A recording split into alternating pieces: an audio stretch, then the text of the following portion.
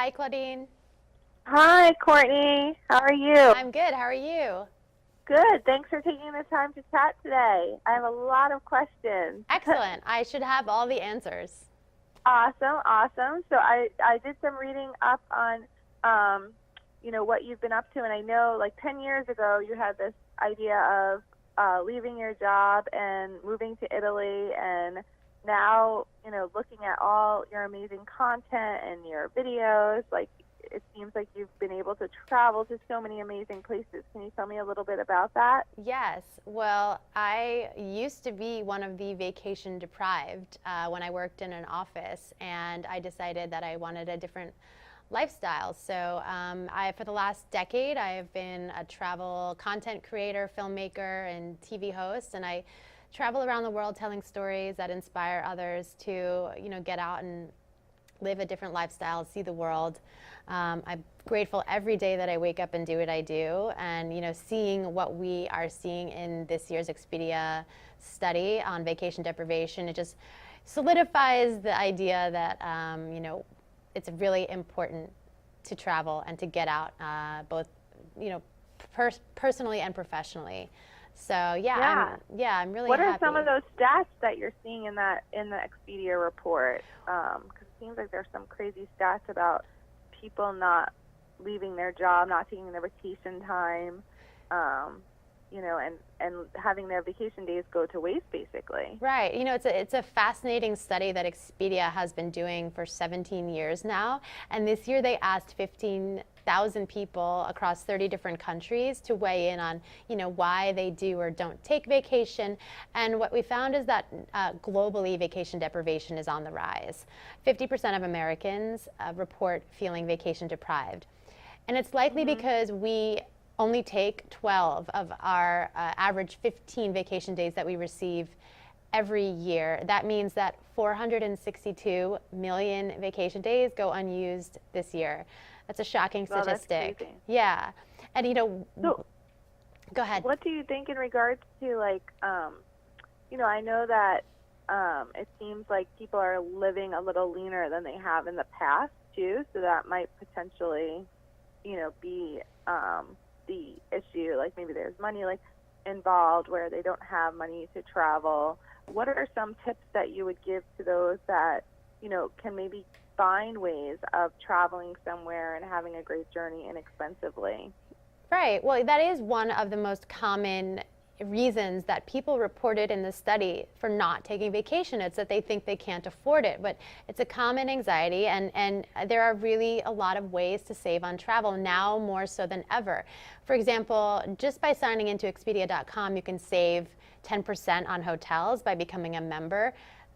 Right off the bat, yeah. Booking a vacation package is it's one of my insider secrets. You can bundle a vacation, a hotel and a flight into a vacation package. And on Expedia, you can save up to $600 by just booking both at the same time. Another really easy way. Also traveling on off-peak days. For the Thanksgiving holiday, that means avoiding the Wednesday before and the Sunday after. You'll see a deeper savings. I love to travel on the holiday itself. You tend to see better prices on flights and also a much quieter, more civilized experience at the airport because it can get very chaotic, as we know, at the holidays. So, also Black Friday, it's coming up. And we think about Black Friday as a time to book to lock in deals on electronics typically or furniture, right? But Black Friday is one of the best times in the entire year to book travel. And you'll start to see on Expedia.com discounts and deals all the way from Black Friday through the weekend into Cyber Monday. So, while people perceive that they may not have enough money to take a vacation, there are lots of great ways to save. And, if a really big bucket list vacation isn't in the cards this year, you can always do a staycation right in your own city. Yeah, that's a great idea. That was one of my questions. If you can't take a trip, what are some kind of great health and wellness types of tips that you can do, in your own, whether it's in your own neighborhood or, even, I live in Brooklyn, but maybe I can take a holiday in Manhattan for the night.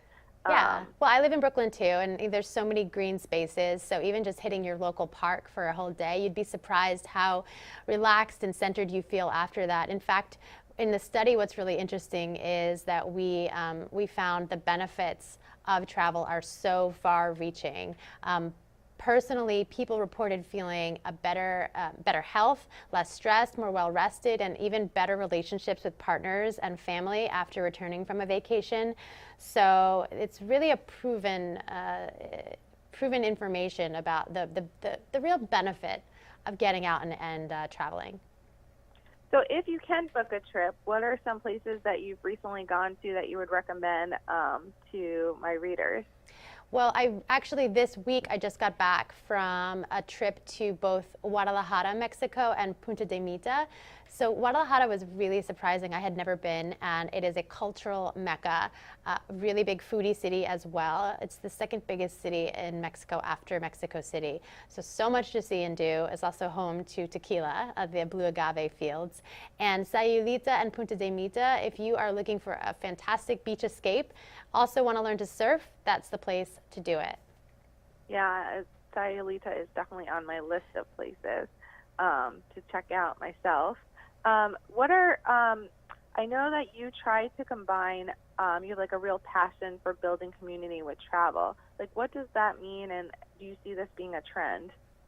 Yeah, I do. I think that one of the beauties, one of the most beautiful things about travel is connecting people. And unfortunately, social media is something that unfortunately has taken people away from being present in travel, but it can also bring people together. I love looking at social media to get inspired, and there are so many fantastic communities for women traveling together on Facebook and online. So it's both a blessing and a curse. I think we have to be very specific with the amount of time we spend online, but the internet has allowed this idea of making the world smaller and connecting us all through travel, and it's been really fun to be a part of that process.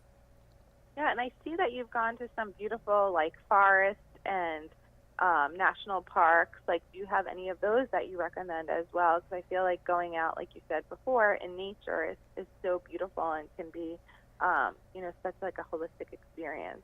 I've had the luxury of taking two fantastic national park trips with Expedia. One was to Montana Glacier National Park, and the other to Olympic National Park in the Pacific Northwest, just about a couple hours outside of Seattle. Unbelievable scenery and really rare. It's one of the only rainforest climates in the continental 48 states. So I would recommend either of those. But America, we have so many incredible national parks, and I tend to be a traveler that loves to go internationally, but we've got a lot of magic happening right here at home. Yeah, totally. And in order to see some of your videos and like, how best can people find you and kind of follow your adventures? Well, I'll call out two sites that you can check out. The first is expedia.com/holiday if you want to lock in a great deal or find out more about holiday travel. And then if you want to know more about me, you can head to CourtneyScott.tv. Awesome. And I saw, my last question is, like, your content is so incredible, from your videos to your photography.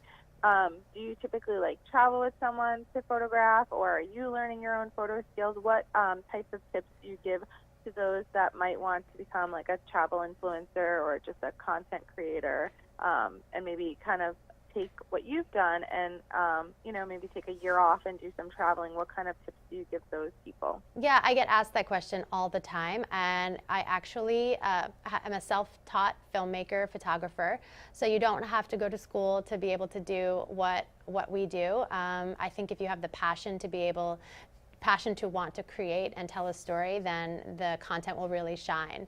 I shoot most of my films by myself, but and I also do all of my own editing, which was also self-taught. But sometimes the projects are a little bit bigger, and I end up working with the crew.